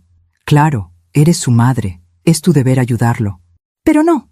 Tú prefieres quedarte sentada sobre un patrimonio que no usas, que no necesitas, solo por... ¿qué? ¿Poder? ¿Control? Miré a Javier. ¿Vas a dejar que me hable así en tu casa? Javier bajó la mirada. «Mamá, Leticia tiene algunos puntos válidos». «¿Puntos válidos?» Me levanté. «Vine aquí porque dijiste que teníamos que hablar, no a ser insultada». «No estás siendo insultada», intervino Leticia. «Estás siendo confrontada con la verdad.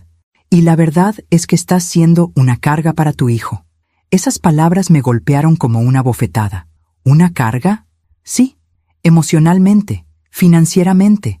Javier tiene que estar preocupándose por ti, por tu casa vacía, por tu soledad, cuando debería estar enfocándose en su propia familia. Yo nunca le he pedido que se preocupe por mí. No tienes que pedirlo. Eres su madre. Es automático. Y él se siente culpable. Culpable de vivir su vida mientras tú te marchitas en esa casa enorme. «Leticia, ya basta», dijo Brenda en voz baja. Pero Leticia no se detuvo.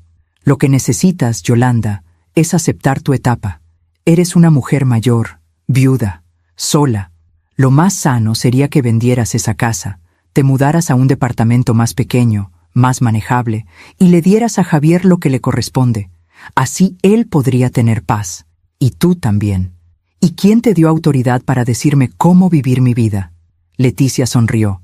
Esa sonrisa horrible. «Yo no tengo autoridad, pero el sentido común sí. Y cualquier persona razonable vería que estás siendo irracional». Me volteé hacia Javier. «¿Tú piensas esto? ¿Que soy irracional? ¿Que soy una carga?» Javier se pasó la mano por el cabello. «Mamá, yo no... Mira, solo creo que sería más fácil para todos si fueras más... flexible. Flexible». La palabra me supo amarga en la boca. ¿Flexible es regalar mi patrimonio? ¿Flexible es hacer lo que ustedes quieren sin importar lo que yo sienta? Es pensar en el futuro de tu nieto», dijo Leticia. «No uses a Mateo como escudo para tu manipulación». Leticia se levantó del sillón. Se plantó frente a mí, más alta, más joven, más fuerte. «Yo no estoy manipulando a nadie. Yo estoy siendo la voz de la razón en esta familia disfuncional. Porque claramente, tú criaste a un hijo que tiene miedo de decirte que no a su propia madre». «Leticia, siéntate», ordenó Brenda. Pero Leticia seguía de pie, mirándome con desprecio. «¿Sabes cuál es tu problema, Yolanda? Que nunca superaste la muerte de tu esposo. y te estás aferrando a cosas materiales porque no tienes nada más, ni amigos, ni vida social, ni propósito, solo esa casa vacía y esos recuerdos que nadie más quiere. Ya basta. La voz de Brenda cortó el aire como un cuchillo, pero el daño ya estaba hecho. Cada palabra de Leticia había sido calculada para herir, y había funcionado. Sentí lágrimas quemándome los ojos, pero no las dejé salir. No le iba a dar ese gusto. «Javier», dije, volteando hacia mi hijo, «¿tú trajiste a esta mujer aquí para que me insultara?» Javier parecía incómodo. «Mamá, yo solo quería que habláramos. Pues ya hablamos, y escuché todo lo que tenían que decir. Ahora es mi turno». Todos guardaron silencio. Saqué el anillo de Armando de mi dedo. Lo sostuve en alto para que todos lo vieran. «Este anillo perteneció a tu padre, el hombre que trabajó toda su vida para construir algo. No solo para él, no solo para mí, para ti también, Javier. Pero él era lo suficientemente sabio para saber que un patrimonio en las manos equivocadas se convierte en maldición, no en bendición. Mamá, por favor, tu padre dejó todo a mi nombre por una razón, porque me conocía, porque sabía que yo iba a proteger lo que construimos, y también te conocía a ti. Sabía que eras bueno pero influenciable, sabía que podías tomar decisiones impulsivas, sabía que necesitabas protección, incluso de ti mismo. Eso no es cierto, ¿no? Saqué mi celular. Busqué las fotos que Verónica me había enviado. Se las mostré. Javier palideció. «¿Quién es Andrea, Javier?» Brenda dejó escapar un sollozo. Leticia se quedó callada por primera vez en toda la noche. «¿Quién es la mujer con la que has estado viéndote en Monterrey durante casi un año? ¿La mujer con la que planeabas abrir un negocio usando mi casa como garantía? ¿Cómo supiste?» «No importa cómo supe. Lo que importa es que ahora sé exactamente qué clase de hombre eres, y sé exactamente para qué querías mi casa». Javier abrió la boca, la cerró. No tenía defensa, pero eso no es todo, continué. Vi a Leticia. También sé que tú y esta señora han estado planeando durante meses cómo manipularme, cómo presionarme, cómo usar a Brenda y a Mateo como herramientas emocionales para que yo cediera. Leticia levantó la barbilla. «Yo solo estaba protegiendo a mi hija y a mi nieto». «Mentira. Estabas protegiendo tu inversión, porque si Javier conseguía mi patrimonio, tú también te beneficiarías. ¿O no es cierto que le prometiste que si conseguía la casa, tú le ayudarías con el negocio de Andrea?» Leticia no respondió. No lo negó, porque era verdad. Me volteé hacia Brenda. Ella estaba llorando en silencio, meciéndose con Mateo en brazos. «Brenda, lo siento. Siento que mi hijo te haya hecho esto. Siento que tu madre te haya usado. Y siento que este niño inocente esté en medio de todo esto». «Suegra», susurró. «Pero no puedo salvarte. Esa no es mi batalla». Volví a mirar a Javier. Fui a ver al licenciado Gutiérrez. Activé todas las protecciones del testamento de tu padre. La casa, las ferreterías, las cuentas, todo está bloqueado bajo fideicomisos irreversibles. No puedo cambiarlo aunque quisiera. Heredarás solo después de mi muerte. Ni un día antes, ni un peso antes. Javier dio un paso hacia mí. «Mamá, no puedes hacer eso. Ya lo hice. Eso es venganza. Eso es justicia», terminé. «Sí, tal vez lo es, o tal vez simplemente es lo que tu padre quiso desde el principio. Me estás castigando por enamorarme de otra persona. Te estoy protegiendo de ti mismo, como tu padre me protegió a mí». Leticia se acercó. Su rostro estaba rojo de furia. «Eres una vieja amargada, egoísta, cruel». «Tal vez», respondí con calma, «pero soy una vieja amargada con mi casa, con mi patrimonio, con mi dignidad intacta. Javier, no vas a permitir que tu madre te hable así», siseó Leticia. Y entonces sucedió. Javier me miró con una frialdad que nunca había visto en sus ojos. «Mamá», dijo con voz dura, «tienes que pedirle disculpas a Leticia». El tiempo se detuvo. «¿Qué? Le faltaste al respeto. La insultaste. Es la abuela de mi hijo. Pídele disculpas. Ahora». No podía creer lo que estaba escuchando. «Javier, ella me insultó primero. Me llamó egoísta, carga, vieja amargada. Y tal vez tenía razón. Mira lo que estás haciendo, destruyendo a tu propia familia por dinero. No es por dinero, es por... Pídele disculpas a mi suegra», gritó Javier. Su voz retumbó en toda la casa. Mateo se despertó y empezó a llorar. «O sal de mi casa». Ahí estaba, el ultimátum, la línea que nunca pensé que mi hijo cruzaría. Miré a Javier, al hombre que había crecido en mi vientre, al niño que había mecido en mis brazos, al hijo por el que habría dado mi vida sin pensarlo. Y vi a un extraño, vi a un hombre que me pedía humillarme frente a la mujer que había conspirado contra mí, un hombre que elegía a su suegra manipuladora sobre su propia madre, un hombre que ponía condiciones a mi presencia en su vida. Brenda lloraba. Javier, no, pero Javier no la escuchaba. Me miraba fijamente, esperando que yo cediera, esperando que yo me arrodillara, esperando que yo eligiera su amor por encima de mi dignidad, como siempre lo había hecho. Pero esta vez fue diferente. Me levanté, tomé mi bolso, caminé hacia Leticia. Ella me miraba con esa sonrisa victoriosa, con ese brillo en los ojos que decía, «Te gané». Me detuve frente a ella y dije solo 3 palabras: «Quédate con él». Su sonrisa se congeló. «¿Qué?» «Quédate con mi hijo, con sus mentiras, con su traición, con este desastre que ayudaste a crear. Es todo tuyo ahora». Me volteé hacia Javier.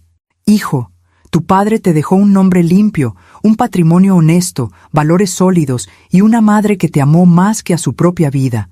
Y tú cambiaste todo eso por esto», señalé alrededor, «por esta mujer que te manipula, por una amante en Monterrey, por dinero que no has ganado. Yo ya no puedo salvarte, ya no voy a intentarlo. Mamá, si sales por esa puerta...» «¿Qué? ¿No tendré hijo?» «Hijo, hace meses que no tengo hijo. Solo tengo un hombre que se parece a él, pero que no conozco». Caminé hacia la puerta. «Yolanda, no seas dramática», escuché la voz de Leticia. «Siéntate, hablemos como adultos». No me volteé. Abrí la puerta. El aire frío de la noche me golpeó el rostro. «Mamá», gritó Javier, pero no me detuve. Bajé las escaleras, caminé hacia mi auto. Mis manos temblaban tanto que me costó meter la llave en la cerradura. Finalmente lo logré. Me senté en el asiento del conductor. Y ahí, sola en mi auto, con la casa de mi hijo iluminada a mis espaldas, dejé que las lágrimas cayeran. No eran lágrimas de arrepentimiento, eran lágrimas de duelo, porque esa noche no solo perdí a mi hijo, perdí la ilusión de lo que él era, perdí la fantasía de la familia perfecta, perdí al niño que había sido y que nunca volvería. Pero también gané algo, gané mi dignidad, gané el respeto de la mujer en el espejo, gané la paz de saber que hice lo correcto, aunque doliera. Manejé a casa en silencio. Las calles estaban vacías, la ciudad dormía. Cuando llegué, entré y cerré la puerta con llave. Fui a mi cuarto, me quité el vestido gris perla, me puse el camisón, me senté en la cama con el anillo de Armando en la mano. «Lo hice», le susurré. Me fui. Perdí a mi hijo, pero me encontré a mí misma. Y entonces, agotada, vacía, pero extrañamente en paz, me recosté. No supe en qué momento me quedé dormida, pero soñé con Armando. Estábamos en nuestro departamento chiquito de la colonia Roma. Él preparaba café. Yo corregía tareas. La vida era simple, la vida era buena, y en el sueño, él me volteó a ver y sonrió. «Lo hiciste bien, Yolanda. Estoy orgulloso de ti». Me desperté con las mejillas mojadas, pero esta vez no era solo tristeza, era liberación. Aún me pregunto si hice lo correcto aquella noche. ¿Y tú? ¿Qué habrías hecho en mi lugar? ¿Te habrías quedado y pedido disculpas o habrías salido por esa puerta? Cuéntame en los comentarios. A veces necesitamos saber que no estamos solas en las decisiones más difíciles. Los primeros días después de esa noche fueron los más difíciles. Me despertaba a las 3 de la mañana con el corazón acelerado, repasando cada palabra, cada gesto, preguntándome si debía haberme quedado, si debía haber cedido, si debía haber elegido el amor de mi hijo por encima de mi dignidad. Pero cada vez que llegaba a ese punto, recordaba su voz. «Pídele disculpas a mi suegra o sal de mi casa». Y entonces sabía que había hecho lo correcto, porque un amor que exige humillación no es amor. Es control. La primera semana fue un ejercicio de resistencia. No llamé a Javier. Él tampoco me llamó. El silencio entre nosotros era ensordecedor, pero también era necesario. Limpié la casa de arriba abajo. Doné ropa que no usaba. Regalé muebles que solo ocupaban espacio. Era como si estuviera haciendo espacio no solo en mi casa, sino en mi vida, en mi corazón. Una tarde, mientras organizaba el closet de Armando, que había dejado intacto durante 4 años, encontré una caja en el estante superior. La bajé con cuidado. Estaba llena de cartas. Cartas que Armando me había escrito durante nuestro noviazgo. Cartas que yo había guardado y olvidado. Me senté en el piso y las leí todas, una por una. En una de ellas, escrita 2 meses antes de nuestra boda, Armando decía: «Yolanda, te prometo que siempre voy a protegerte, incluso cuando yo ya no esté. Voy a construir algo tan sólido para ti que nunca tengas que depender de nadie, ni siquiera de nuestros hijos, porque el amor de madre es el más fuerte del mundo, pero también el más vulnerable, y yo no voy a dejar que nadie abuse de ese amor». Lloré leyendo esas palabras, porque Armando había cumplido su promesa. Había construido algo sólido, había dejado protecciones, había previsto exactamente esto, que yo necesitaría defenderme incluso de mi propio hijo. Y lo más hermoso era que él lo había hecho sin juzgar a Javier. Simplemente conocía la naturaleza humana. Sabía que el dinero cambia a las personas. Sabía que las influencias externas pueden torcer incluso a los mejores hijos, y me había dado las herramientas para sobrevivir a eso. Guardé las cartas de vuelta en la caja, pero saqué esa carta en particular. La puse en un marco y la colgué en mi estudio, como recordatorio, como ancla. En la segunda semana recibí una llamada inesperada. Era Brenda. «Suegra, ¿podemos hablar?» «Dime, Brenda». «No por teléfono. ¿Puedo ir a su casa?» Dudé, pero algo en su voz me hizo acceder. «Ven mañana a las 11». Llegó puntual. Traía a Mateo en su carriola. El niño dormía tranquilamente. Brenda se veía demacrada, sin maquillaje, ojeras profundas, cabello sin brillo. Le preparé té. Nos sentamos en la sala. «¿Cómo estás?», le pregunté. «Mal», respondió con una honestidad que me sorprendió. «Todo se está cayendo a pedazos». «¿Qué pasó?». «Después de que usted se fue esa noche, Javier y yo tuvimos una pelea terrible. Yo le exigí la verdad sobre Andrea. Él lo negó todo al principio, pero le mostré los mensajes, las fotos. Ya no pudo mentir. Se le quebró la voz. Me confesó que lleva más de 1 año con ella, que está enamorado, que quería pedir el divorcio, pero no sabía cómo decírmelo, que estaba esperando conseguir la casa de usted para tener recursos y poder iniciar su nueva vida». Cada palabra era una confirmación de lo que yo ya sabía. «Lo siento, Brenda. Yo también. Pero lo que más me duele no es solo la infidelidad, es darme cuenta de que mi mamá lo sabía. Mi propia madre sabía que Javier me estaba engañando y no me dijo nada, porque le convenía que yo siguiera casada con él, porque mientras yo fuera la esposa de Javier, ella podía seguir manipulándolo». «¿Tu mamá sabía?». Brenda asintió, limpiándose las lágrimas. Le pedí explicaciones, ¿y sabe qué me dijo? Que todos los hombres fallan, que lo importante era mantener a la familia unida y conseguir la casa de usted antes de que todo se complicara, que después, con dinero, podríamos arreglar lo del matrimonio. Dios mío, suegra, perdóneme por todo, por cómo la tratamos, por alejarla de Mateo, por ser parte de este plan horrible. Yo no sabía todo, pero debía haber visto las señales, debía haberla defendido. Tomé su mano sobre la mesa. «Brenda, no tengo nada que perdonarte. Tú también fuiste víctima en todo esto. ¿Qué voy a hacer? No tengo trabajo, no tengo ahorros, dependo completamente de Javier. Mi mamá me dice que me quede callada, que finja que no sé nada, que espere, pero no puedo vivir en una mentira». La miré. Esta mujer que había sido mi antagonista, que me había hecho sentir invisible, y ahora estaba frente a mí, rota, pidiendo ayuda. Podría haberme vengado, podría haberle dicho: «Ahora sabes lo que se siente», pero no lo hice, porque la venganza nunca fue mi objetivo. «Brenda, tienes que tomar una decisión. ¿Qué quieres para ti y para Mateo?» «Quiero salir de ahí, quiero divorciarme, quiero empezar de nuevo». «Entonces hazlo». «Pero no tengo dinero, ni siquiera para pagar un abogado». Hubo un silencio, y entonces hice algo que ni yo misma esperaba hacer. «Yo te voy a ayudar». Brenda levantó la vista, sorprendida. «¿Qué?». «Te voy a pagar un abogado, un buen abogado. Alguien que te ayude a conseguir una pensión justa para Mateo, que te ayude a salir de esa casa con dignidad. Suegra, no puedo aceptar. Sí puedes, porque no lo hago por ti, lo hago por Mateo. Mi nieto merece tener una madre fuerte, una madre que no se queda en un matrimonio muerto por miedo. Y tú puedes ser esa madre, pero necesitas ayuda para empezar. Brenda lloró, un llanto profundo, de alivio y gratitud.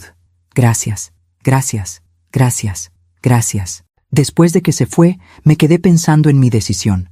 No lo hice por Javier, no lo hice para castigarlo, lo hice porque era lo correcto, porque Mateo era inocente, y merecía crecer con una madre que pudiera mirarse al espejo sin vergüenza. Ese gesto pequeño me dio algo que no esperaba.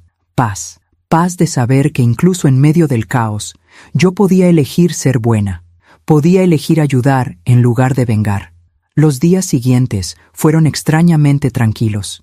Retomé actividades que había abandonado. Me inscribí en un club de lectura en la biblioteca del barrio.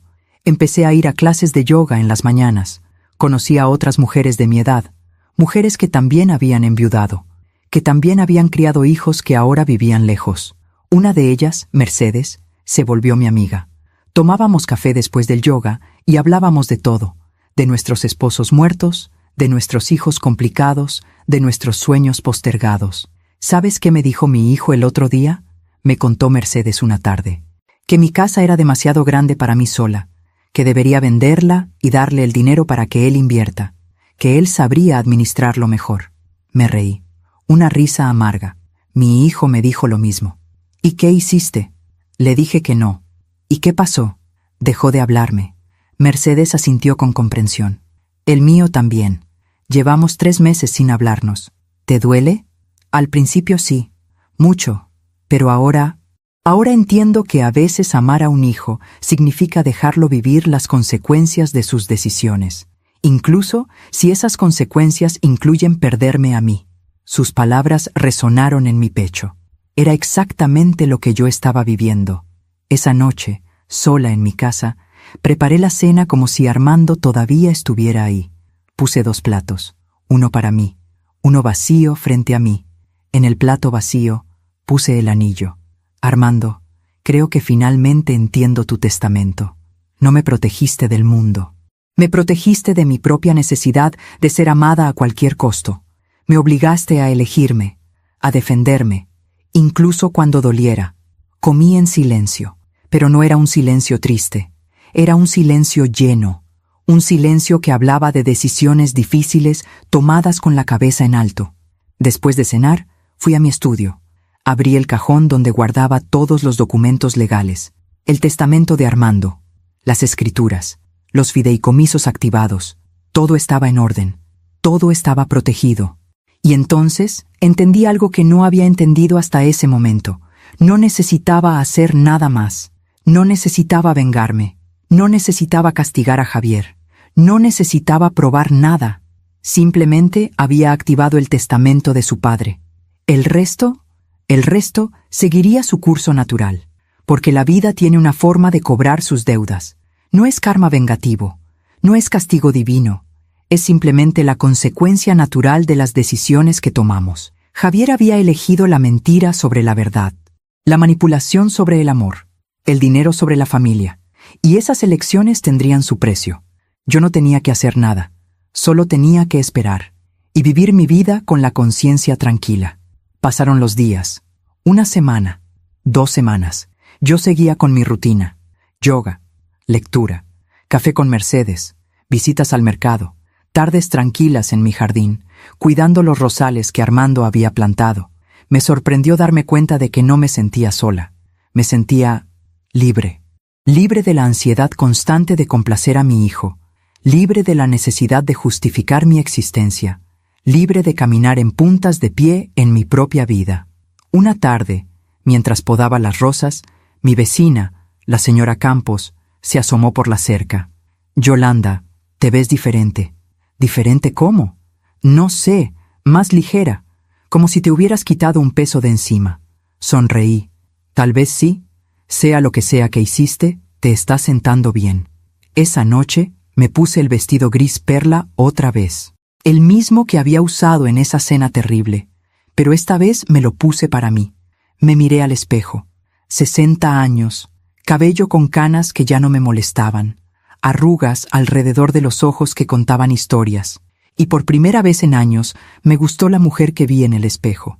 No era perfecta, no era joven, no era la madre abnegada que todo lo perdona, pero era digna, era fuerte, era yo. Me puse el anillo de Armando en el dedo. Gracias por enseñarme esto, le dije a su reflejo en el espejo, como si él estuviera ahí. Gracias por amarme lo suficiente como para protegerme incluso de mí misma. Y entonces sucedió.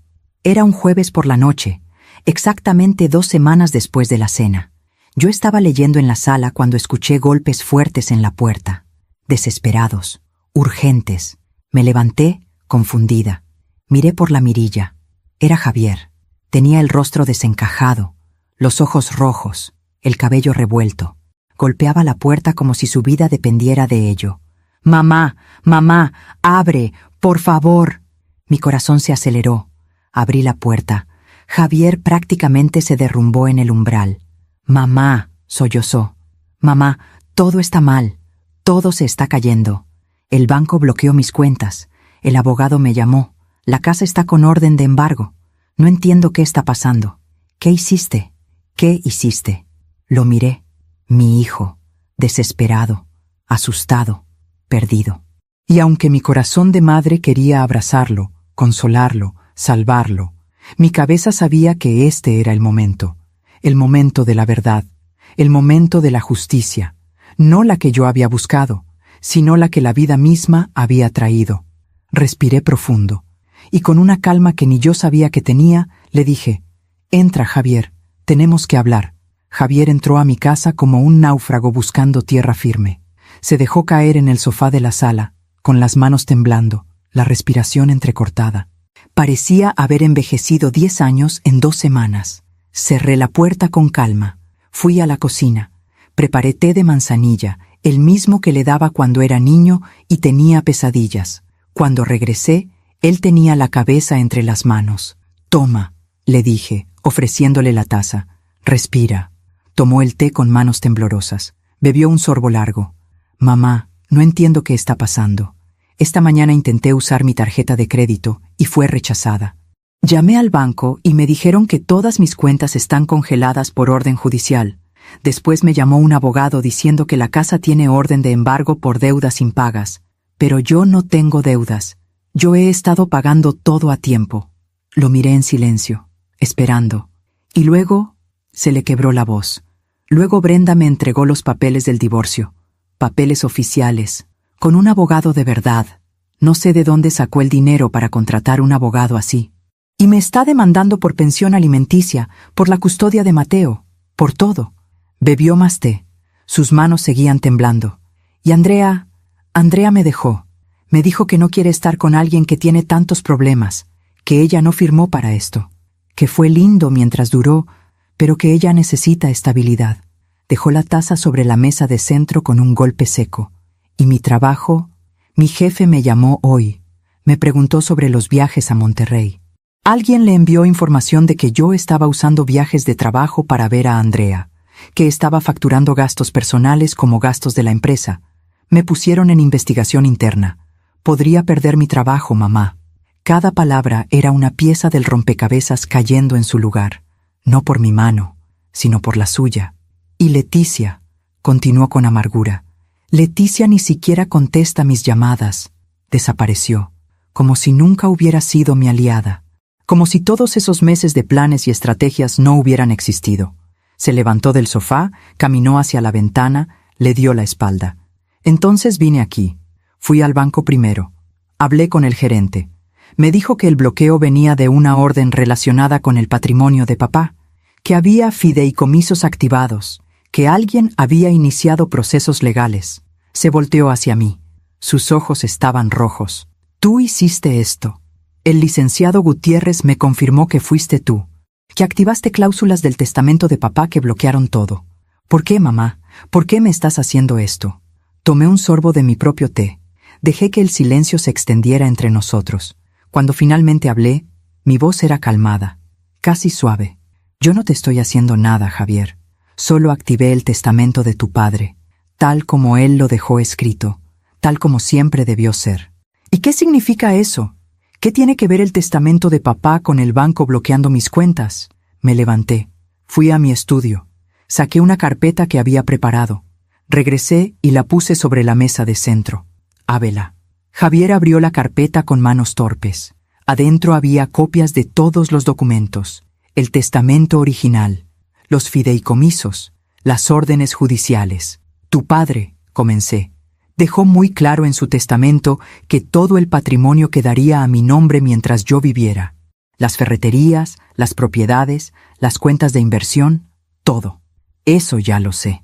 Pero lo que tal vez no sabías es que tu padre también incluyó cláusulas de protección, cláusulas que podrían activarse si alguien intentaba presionarme, manipularme o forzarme a transferir propiedades antes de mi muerte. Javier palideció. Una de esas cláusulas establecía que si yo sentía que estaba siendo coaccionada, podía activar un fideicomiso blindado. Un fideicomiso que no solo protegía mi patrimonio, sino que también investigaba la situación financiera de mi heredero. ¿Qué? Tu padre no era tonto, Javier. Él sabía que el dinero cambia a las personas, que las influencias externas pueden corromper incluso a los mejores hijos. Así que dejó herramientas para protegerme, y para protegerte a ti también, de ti mismo. Javier hojeaba los documentos, leyendo rápido, buscando entender. Cuando activé el fideicomiso, continué, se inició automáticamente una auditoría de cómo habías estado manejando el dinero que yo te había dado en los últimos 2 años. ¿Una auditoría? Sí, y esa auditoría reveló cosas interesantes. Los $70,000 de la boda, los $100,000 del enganche de la casa, los $15,000 de los muebles del bebé, los $20,000 de la remodelación, los $30,000 del auto de Brenda. Todo eso fue para mi familia, para nuestras necesidades. ¿De verdad? Saqué otro documento. Esto es un reporte del investigador privado que contrató el fideicomiso. Resulta que de los $20,000 que supuestamente eran para remodelar la cocina, solo $5,000 fueron usados para eso. Los otros $15,000 se los transferiste a Andrea Montoya, para el depósito de un departamento en Monterrey. Javier no dijo nada. Su silencio era confesión suficiente. Los $30,000 del auto de Brenda nunca llegaron a un auto. $20,000 fueron a una cuenta de inversión a tu nombre y de Andrea. Los otros $10,000 se los diste a Leticia para que invirtiera en su negocio de decoración, con la promesa de que te daría un retorno cuando consiguieras la casa. Mamá, yo... Y la casa, continué, con voz firme. La casa que compraron en Las Lomas con mi enganche de $100,000.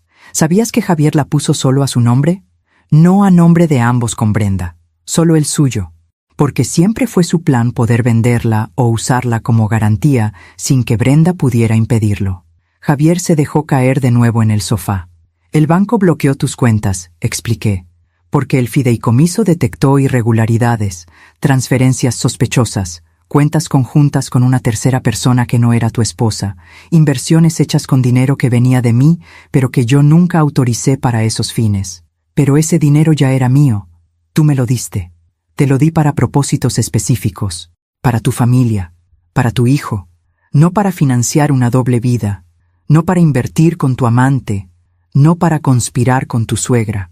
Me senté en el sillón frente a él, lo miré directamente a los ojos, y la orden de embargo de la casa es porque Brenda, con el abogado que yo le pagué, demostró ante un juez que tú pusiste la casa solo a tu nombre usando dinero que debía ser para la familia, que ocultaste activos, que planeabas vender la casa sin su consentimiento.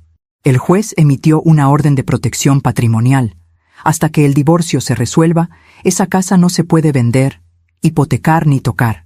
Javier se llevó las manos a la cara. Tú le pagaste el abogado a Brenda. Sí. ¿Por qué? ¿Para destruirme? No, para proteger a mi nieto, para asegurarme de que Mateo tenga una madre fuerte que pueda cuidarlo. Porque tú, hijo mío, demostraste que no tienes ninguna intención de hacerlo. Yo amo a mi hijo. No digas eso. Mi voz se endureció. No insultes el concepto de amor. Tú no amas a Mateo.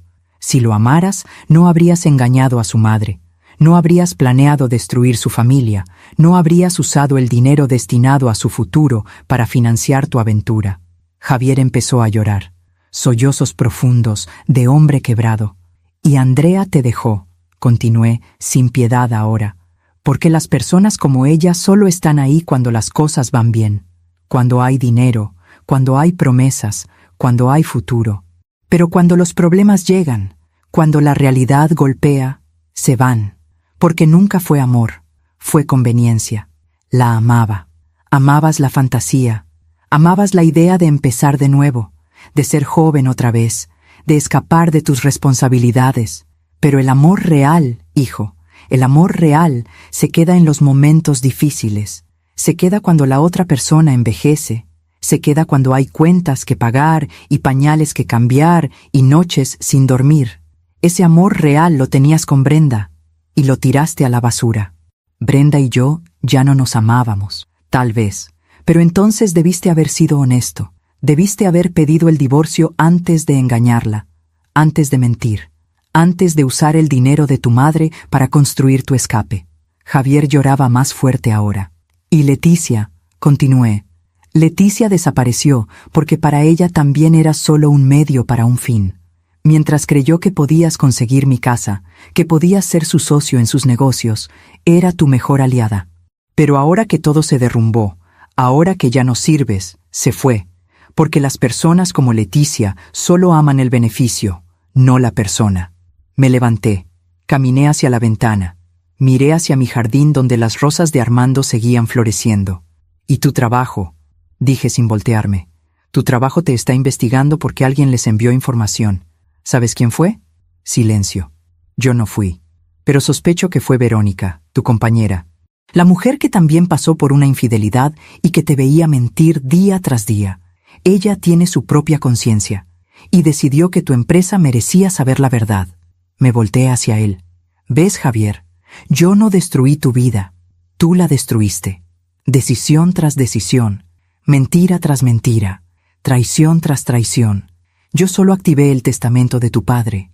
El resto fue la vida cobrándote lo que debías. Javier se limpió la cara con las manos. Cuando habló, su voz era apenas un susurro. ¿Y ahora qué? ¿Qué se supone que haga? Eso no lo puedo decidir por ti, pero puedo decirte que no haré. No voy a salvarte. No voy a desbloquear las cuentas. No voy a hablar con el banco. No voy a pagarle al abogado para que te defienda. No voy a rescatarte. Mamá, por favor, voy a perder todo. Mi casa, mi trabajo, mi familia. Ya perdiste tu familia. La perdiste el día que elegiste la mentira. Y la casa nunca fue realmente tuya.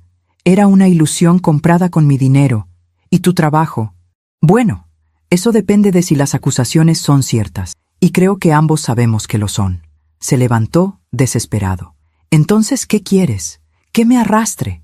¿Qué te pida perdón de rodillas? No quiero nada de ti, Javier. No necesito tu perdón, no necesito tu arrepentimiento, no necesito verte sufrir. Entonces, solo necesito que entiendas una cosa. Tu padre te amó lo suficiente como para dejarte una herencia, pero también te amó lo suficiente como para protegerla hasta que fueras digno de recibirla. Y en este momento, hijo, no eres digno. Esas palabras lo golpearon como una bofetada.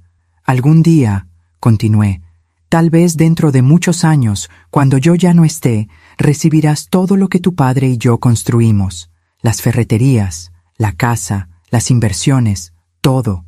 Pero no será porque lo exigiste, no será porque me manipulaste, será porque esa fue la voluntad de tu padre y yo la respeto.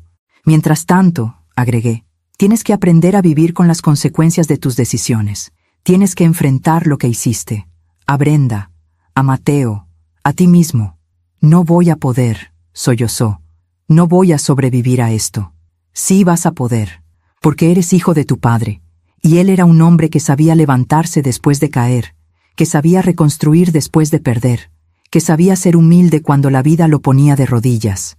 Me acerqué a él. Puse mi mano en su hombro. Pero esa fuerza solo aparece cuando dejas de culpar a otros, cuando dejas de esperar que alguien te rescate, cuando finalmente miras al espejo y te haces responsable. Javier levantó la vista hacia mí. Sus ojos estaban destrozados. «Te odio», susurró. No me dolió, porque sabía que no era verdad. O tal vez sí lo era, pero no importaba. «Está bien», respondí con calma. «Puedes odiarme, pero eventualmente, si realmente creces, si realmente cambias, entenderás que lo que hice fue por amor. No el amor blando que todo lo perdona y todo lo permite, sino el amor fuerte que dice, te amo demasiado como para ser cómplice de tu autodestrucción». Javier caminó hacia la puerta. Se detuvo en el umbral. «Alguna vez me llamaste loco», dijo sin voltear. «Hace años, cuando te llamé para contarte del embarazo de Brenda, y tú me dijiste que era muy pronto, que debíamos esperar. Me enojé contigo, te dije que estabas loca, que no entendías». Volteó. Me miró. Años después, entendí que tenías razón, que no estábamos listos, pero ya era tarde. Y ahora sé que tienes razón otra vez. Y yo no sé si algún día voy a poder verte a los ojos sin sentir vergüenza. Se fue. La puerta se cerró. Yo me quedé sola en mi sala, en esa casa enorme que él tanto quería. Y no lloré. No sentí triunfo. No sentí venganza satisfecha. Sentí algo más profundo. Sentí la tristeza de una madre que tuvo que elegir entre salvar a su hijo de las consecuencias o salvar a su hijo de sí mismo. Y elegí lo segundo, porque eso es lo que el amor verdadero hace. No rescata. Permite que la persona caiga lo suficiente como para que decida, por sí misma, levantarse. Esa noche, me senté en mi cama con el anillo de Armando. «Lo viste, amor», le dije al anillo. «Viste a nuestro hijo roto, sufriendo, pagando por sus errores». Una lágrima rodó por mi mejilla. «Espero que algún día entienda. Espero que algún día, cuando el dolor se convierta en sabiduría, pueda perdonarme. Pero si nunca lo hace, si nunca vuelve, al menos sabré que hice lo correcto, que no fui cómplice, que respeté tu voluntad, que me respeté a mí misma». Me acosté con el anillo apretado en mi mano y soñé con Armando otra vez. Esta vez estábamos en Chapultepec. Javier era un niño pequeño, corriendo entre los árboles. Armando y yo lo mirábamos desde una banca. «Va a estar bien», me dijo Armando en el sueño. «Va a caer muchas veces, pero va a aprender, y cuando aprenda va a ser el hombre que criamos para ser. No perfecto, pero bueno, honesto, fuerte». «¿Y si no aprende?», pregunté en el sueño. Armando tomó mi mano. «Entonces al menos tú intentaste, y eso es todo lo que una madre puede hacer. Intentar, amar y soltar». Me desperté con el sol entrando por la ventana. Era viernes, un nuevo día, y por primera vez en meses me sentí completamente en paz, porque había hecho lo que tenía que hacer, no por venganza, sino por amor. El amor más difícil de todos, el amor que dice no, el amor que permite que las consecuencias enseñen lo que las palabras no pueden. El amor que confía en que, eventualmente, la vida hace su trabajo, y la vida siempre cobra sus deudas, siempre. Han pasado 8 meses desde aquella noche, 8 meses desde que Javier salió de mi casa roto, enfrentando finalmente las consecuencias de sus decisiones. No ha sido fácil, para ninguno de los dos. Los primeros meses fueron de silencio total. Yo no lo busqué, él tampoco me buscó. Fue Mercedes, mi amiga del club de lectura, quien me dijo algo que me ayudó a sobrevivir esos días. El silencio entre una madre y un hijo no es abandono. A veces es respeto, respeto al proceso de cada uno. Y tenía razón. Javier necesitaba su proceso. Yo también necesitaba el mío. Supe por Brenda que Javier perdió su trabajo, que tuvo que mudarse a un departamento pequeño, que está pagando la pensión alimenticia puntualmente, no porque quiera, sino porque la ley lo obliga. Supe también que ve a Mateo los fines de semana, que al principio no sabía ni cambiar un pañal, que lloraba de frustración cuando el niño no dejaba de llorar.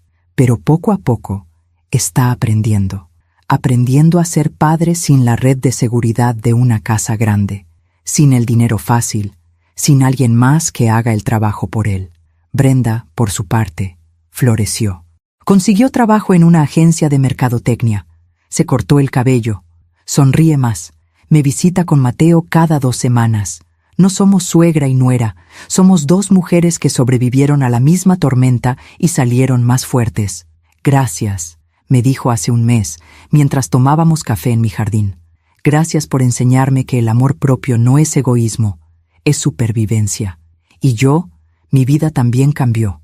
Ya no vivo esperando el teléfono. Ya no mido mi valor por cuánto necesita mi hijo de mí.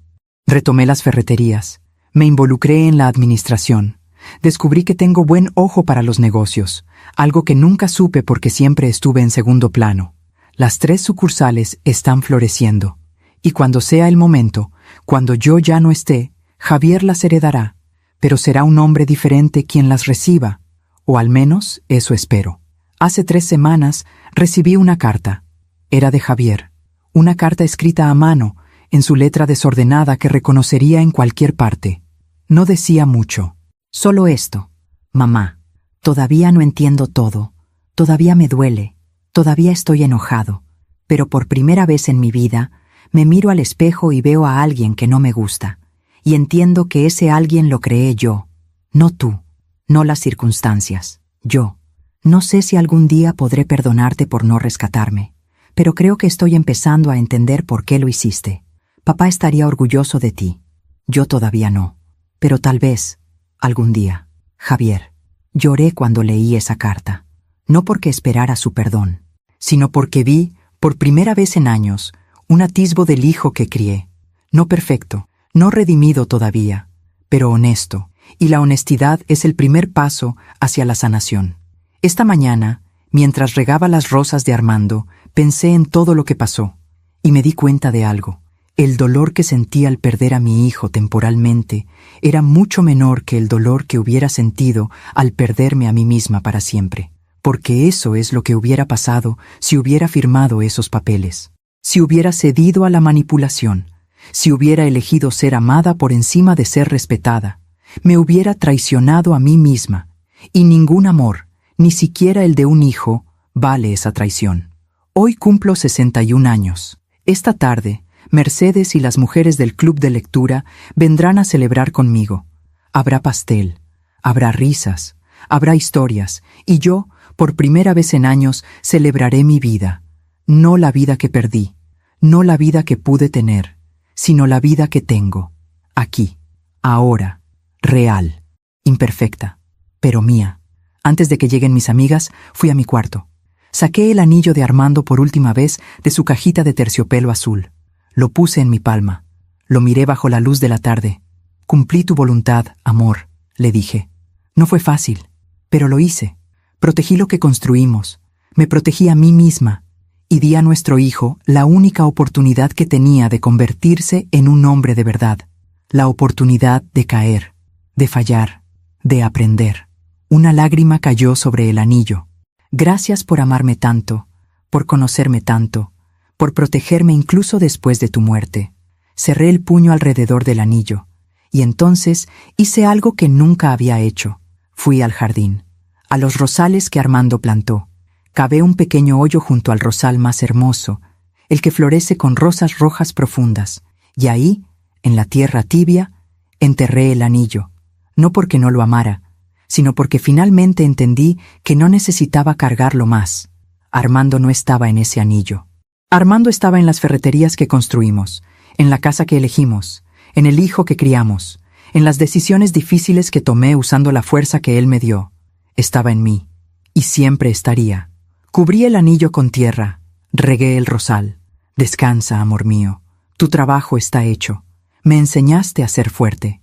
Ahora es mi turno de vivir esa lección. Me levanté, me sacudí la tierra de las manos y volví a mi casa con el corazón ligero.